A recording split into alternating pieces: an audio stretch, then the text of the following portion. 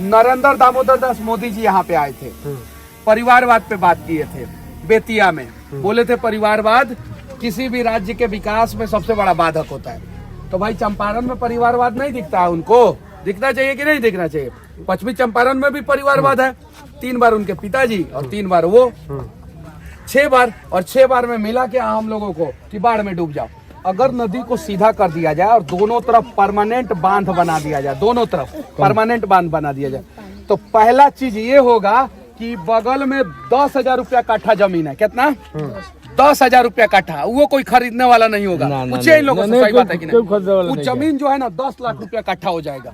कितना हो जाएगा? 10 लाख रुपया। उसमें मुसलमान का भी जमीन 10 लाख रुपया कट्ठा होगा, हिंदू का भी जमीन 10 लाख रुपया कट्ठा होगा। अगर है हिम्मत तो कोई नेता स्टाम्प पेपर पे लिख के कह दे कि हम इस नदी पे हाइड्रो पावर प्रोजेक्ट बनाएंगे, 25,000 युवाओं को रोजगार देंगे, स्टाम्प पेपर पे लिख के रक्सौल और बेतिया में रिंग रोड बनाएंगे और बेतिया और रक्सौल को जो है 4 लेन से कनेक्ट पटना से करेंगे, ये 5 साल में काम करेंगे, लिख के दे दे, मनीषा चुनाव नहीं लड़ेगा।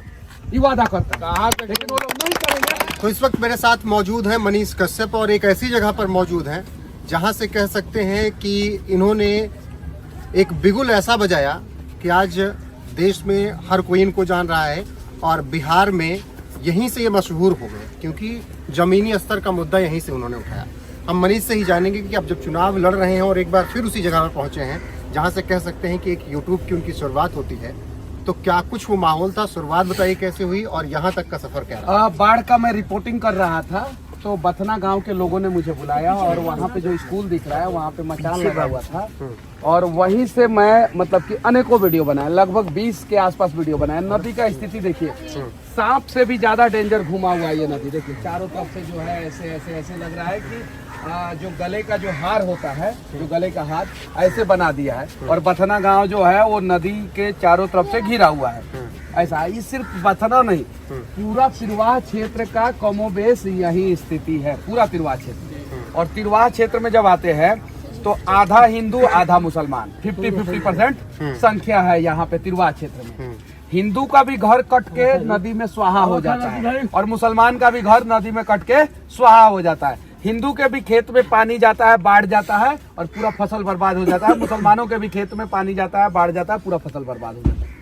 ये नदी को सही किया जा सकता है हाइड्रो पावर प्लांट बना के, क्योंकि इसमें 12 महीना पानी रहता है। अगर हाइड्रो पावर प्लांट बंगाल में बन सकता है, अगर हाइड्रो पावर प्लांट यूपी में बन सकता है, अनेकों राज्य में अनेकों जगह पे बन सकता है, तो गंडक नदी, बूढ़ी गंडक, ये सिकराना बूढ़ी गंडक इसको बोला जाता है, यहाँ पे भी बन सकता है।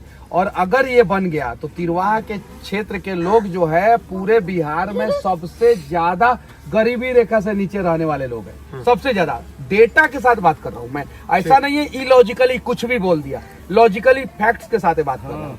और आज कमाल की बात ये है कि यहाँ पे कम से कम 10 गो गाड़ी आके यहाँ पे लगा हुआ है, देख सकते हैं। और ये चीजें हम लोग दिखा रहे हैं, आप लोग दिल्ली से आके जो है ये सारी चीजें जो है दिखा रहे हैं। तो ये अपने आप में कमाल की बात है, ये अपने आप में, और ये अपने आप में यहाँ के लोगों की जीत है। जब सोचिए मैं कुछ नहीं हूँ तो इतना कर रहा हूँ, आवाज उठा रहा हूँ, दिल्ली से मीडिया बुला के ये सारी चीजें दिखा रहा हूँ कि हमको अब चिवड़ा मीठा नहीं चाहिए। बाढ़ आने के बाद हमारे जख्म पे मरहम लगाने के जगह पे आप नमक और मिर्ची मत छीटा कीजिए, आप चिवड़ा मीठा दे देते हैं और भूल जाते हैं। हमें अस्थायी समाधान चाहिए, इस नदी को सही कीजिए, दोनों तरफ बांध बनाइए, हाइड्रो पावर प्रोजेक्ट बनाइए और तब जाके चंपारण का विकास होगा, तब जाके देश का विकास होगा। नरेंद्र दामोदर दास मोदी जी यहाँ पे आए थे, परिवारवाद पे बात किए थे बेतिया में। बोले थे परिवारवाद किसी भी राज्य के विकास में सबसे बड़ा बाधक होता है। तो भाई चंपारण में परिवारवाद नहीं दिखता है, उनको दिखना चाहिए कि नहीं दिखना चाहिए? पश्चिमी चंपारण में भी परिवारवाद है, 3 बार उनके पिताजी और 3 बार वो, 6 बार, और 6 बार में मिला के हम लोगों को कि बाढ़ में डूब जाओ। मैं आज इस नदी के सामने एक हिंदू होने के नाते नदी का कसम खा के बोलता हूँ कि मैं राजनीति करना छोड़ दूंगा अगर यहाँ पे एक भी बांध जो है सही बंधाया होगा। देखिए यहाँ पे एक भी ढाट, जिसको ठोकर बोलते हैं, ये देखिए ठोकर, ये ठोकर क्यों लगाया जाता है पता है? कि कटाव नहीं करेगा। ये जो बैग है ना, बैग, ये देखिए कटाव से बचाने के लिए सारा बैग लगा हुआ है, देख सकते हैं। ये सारा का सारा जबरदस्त भ्रष्टाचार हुआ है सारा में। ये देखिए अब मैं दिखा रहा हूँ, ये सारा में भ्रष्टाचार हुआ है, ये सारा में।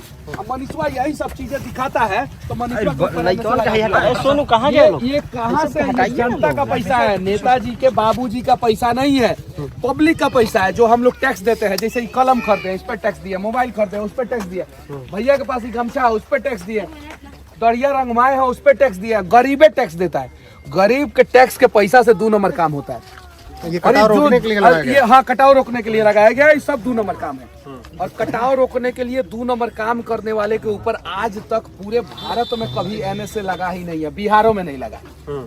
सरकार RJD की हो, जदयू की हो, बीजेपी की हो, हमारे क्षेत्र में विकास नहीं होता है। पूछ लीजिए यहाँ पे हिंदू और मुसलमान आधा आधा है, हाथ खड़ा करा लीजिए तो पता चलेगा मुसलमान लोग ज्यादा है यहाँ पे। हाथ खड़ा करा लीजिए सब लोगों से, खड़ा करा लीजिए, मुसलमान लोग ज्यादा है, समझे? विकास ना होला। सब मुस्लिम है। हाँ, और हिंदू लोगों से खड़ा करे, हिंदू लोग तो खड़ा करे तो हिंदू लोग में कौन हिंदू खड़ा है? लोग खड़ा करे। हाँ यहाँ पे 60-40 है, 60% मुस्लिम है और 40% हिंदू है। लोग कहता है मुस्लिम विरोधी है मनीषवा। मुस्लिम विरोधी होता तो यहाँ पे जो है आज से 4 साल 5 साल पहले आके काहे वीडियो बनाता, नहीं काहे कहता। मुझे एक चीज ये और चीज़ जाननी है। है, बजट तो काफी करोड़ों का पास होता होगा, ये मुझे तो देख के करोड़ों लग रहा है। नहीं, पत्रकार महोदय दिल्ली से आए हैं एयर कंडीशन कमरा से, आप 4 दिन रिपोर्टिंग कीजिए, सिर्फ 4 दिन चंपारण में, फिर पता चलेगा। अरबों का बजट है, क्या चीज का है? अरबों का।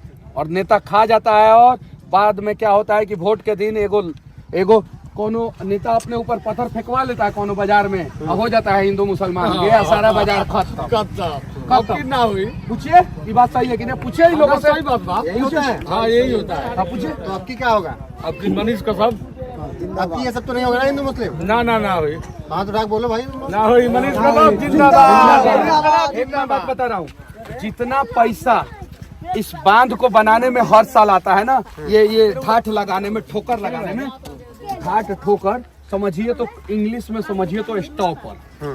स्टॉपर समझते हैं ना कि मतलब कि बांध ये नदी जो है इस जगह को नहीं काटेगा, तो ये स्टॉपर है, ठाठ है, ठोकर है।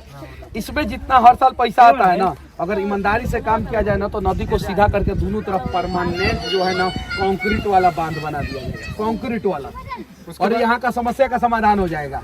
अगर है हिम्मत तो कोई नेता स्टाम्प पेपर पे लिख के कह दे कि हम इस नदी पे हाइड्रो पावर प्रोजेक्ट बनाएंगे, 25,000 युवाओं को रोजगार देंगे, स्टाम्प पेपर पे लिख के रक्सौल और बेतिया में रिंग रोड बनाएंगे और बेतिया और रक्सौल को जो है 4 लेन से कनेक्ट पटना से करेंगे, ये 5 साल में काम करेंगे, लिख के दे दे, मनीषवा चुनाव नहीं लड़ेगा, ये वादा करता है। लेकिन वो लोग नहीं करेंगे। और मैं मनीष कश्यप ये वादा करता हूँ, मैं स्टाम्प पेपर पे लिख के दूंगा कि मैं ये सारा काम करूंगा और इन सब चीजों का जो है समस्या बिल्कुल। हाँ इधर जब मैं गया था तो हमारे एक मुस्लिम चाचा मिले थे,